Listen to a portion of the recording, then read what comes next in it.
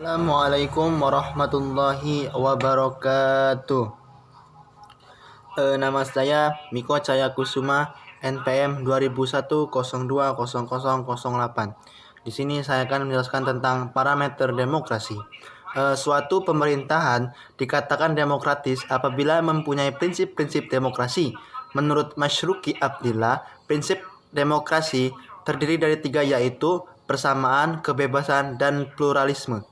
Menurut Inu Kencana, prinsip demokrasi yaitu adanya pembagian kekuasaan, adanya pemilihan umum yang bebas, adanya manajemen yang terbuka, adanya kebebasan individu, adanya peradilan yang bebas, adanya pengakuan pihak minoritas, adanya pemerintahan yang berdasarkan hukum.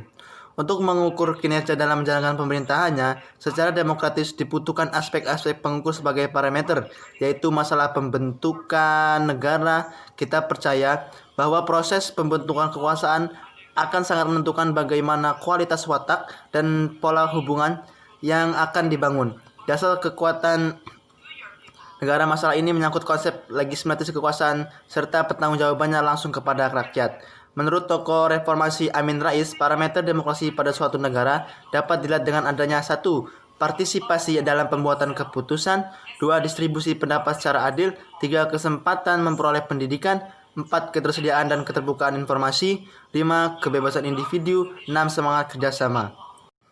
Dalam sejarah negara Republik Indonesia yang telah lebih dari setengah abad, perkembangan demokrasi telah mengalami pasang surut. Masalah pokok yang dihadapi oleh bangsa Indonesia adalah bagaimana meninggalkan kehidupan ekonomi dan menghubungkan kehidupan sosial dan politik yang demokrasi dalam masyarakat yang beraneka ragam pola adat budayanya. Masalah ini bersikar pada penyusunan suatu sistem politik dengan kepemimpinan cukup kuat untuk melaksanakan pembangunan ekonomi serta syarat karakter and nation building dengan partisipasi rakyat sekaligus menghindarkan timbulnya diktatur perorangan, partai ataupun militer. Perkembangan demokrasi di Indonesia dapat dibagi dalam 4 periode. Periode 1945 sampai 1959, masa demokrasi parlementer yang menonjolkan demokrasi parlemen serta partai-partai. Pada masa ini kelemahan demokrasi parlementer memberi peluang untuk dominasi serta partai politik dan DPR. Periode 1966, masa demokrasi terpimpin yang dalam banyak aspek telah menyimpang dari demokrasi konstitusional dan lebih menampilkan beberapa aspek dari demokrasi rakyat. Periode 1966 sampai 1998, masa demokrasi Pancasila era Orde Baru yang merupakan demokrasi konstitusional yang menonjolkan sistem presidensial. Landasan formal periode ini adalah Pancasila UUD 1945 dan ketetapan MPRS dalam rangka meluruskan kembali penyelewengan terhadap UUD 1945 yaitu terjadi di masa demokrasi terpimpin.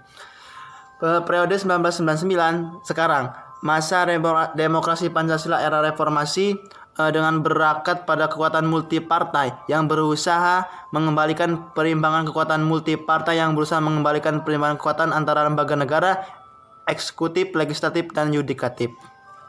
Demokrasi Islam adalah ideologi politik yang berusaha menerapkan prinsip-prinsip Islam ke dalam kebijakan publik dalam kerangka demokrasi.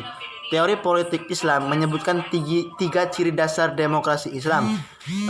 Pemimpin harus dipilih oleh rakyat, tunduk pada syariah, dan berkomitmen untuk mempraktikkan syura, sebuah bentuk konsultasi khusus yang dilakukan oleh Nabi Muhammad SAW yang dapat ditemukan dalam berbagai hadis dengan komunitas mereka.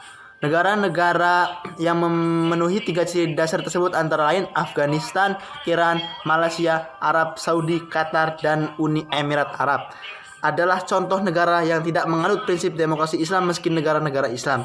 Karena negara-negara ini tidak mengadakan pemilihan, pelaksanaan demokrasi Islam berbeda di negara-negara mayoritas Muslim.